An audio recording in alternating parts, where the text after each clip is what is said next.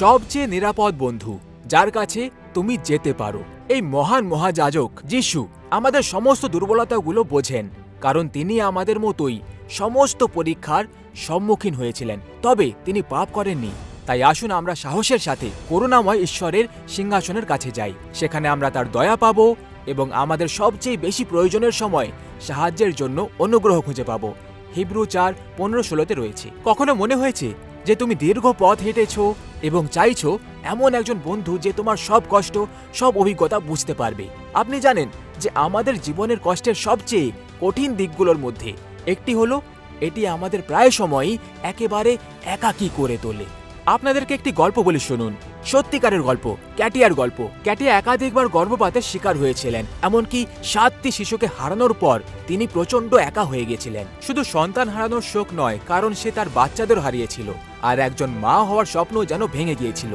কিন্তু সবচেয়ে কষ্টের বিষয় ছিল তার বন্ধু বান্ধব ও পরিবারকে এই গভীর শোক বোঝাতে পারছিলেন না। তিনি সম্পূর্ণ একা অনুভব করছিলেন। কিন্তু ভালো বিষয়টা হলো বাইবেল আমাদের বলে যে এমন একজন আছেন যিনি সত্যিই আমাদের বোঝেন এবং আমাদের প্রতিটি যাত্রায় প্রত্যেক মুহূর্তে আমাদের পাশে ছিলেন। যিশু সম্পূর্ণ মানব জীবন যাপন করেছেন। তিনি এক লাঞ্ছিত মায়ের সন্তান হিসেবে জন্ম নিয়েছিলেন, এক অত্যাচারিত জাতির অংশ ছিলেন। তিনি সব অনুভব করেছেন, জীবনের আনন্দ ও বেদনা, বিশ্বাসঘাতকতা, এমনকি মৃত্যু, যাতে তিনি আমাদের দুর্বলতা ও সংগ্রামের সঙ্গে সহমর্মিতা অনুভব করতে পারেন। যখন তুমি যিশুর কাছে আসো, তখন শুধু একজন ঈশ্বরের কাছে যাচ্ছ না যিনি তোমাকে শুধু ভালোবাসেন, তুমি এমন একজন ঈশ্বরের কাছে যাচ্ছ যিনি তোমার যন্ত্রণা বোঝেন।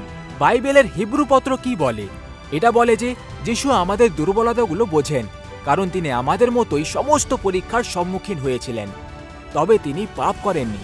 তাই এসো আমরা সাহসের সাথে করুণাময় ঈশ্বরের সিংহাসনের কাছে যাই। সেখানে আমরা তার দয়া পাবো এবং আমাদের সবচেয়ে বেশি প্রয়োজনের সময় সাহায্যের জন্য অনুগ্রহ খুঁজে পাবো।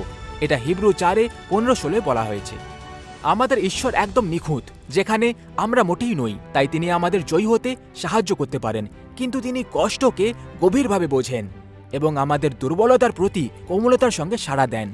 তাই আজ এই সত্য তোমাকে সাহস দিক যে তুমি ঈশ্বরের কাছে যাও তোমার বর্তমান অবস্থায়, তার কাছে ক্ষমা চান, সাহায্য বা তার সান্নিধ্যের জন্য প্রার্থনা করুন। যখন আপনি এটা করবেন, উনি সেই বন্ধু যিনি আপনার পুরো যাত্রায় সঙ্গে ছিলেন আর পরেও সঙ্গে থাকবেন, কারণ উনি আপনাকে এত ভালোবাসেন যে আপনি কল্পনাও করতে পারবেন না।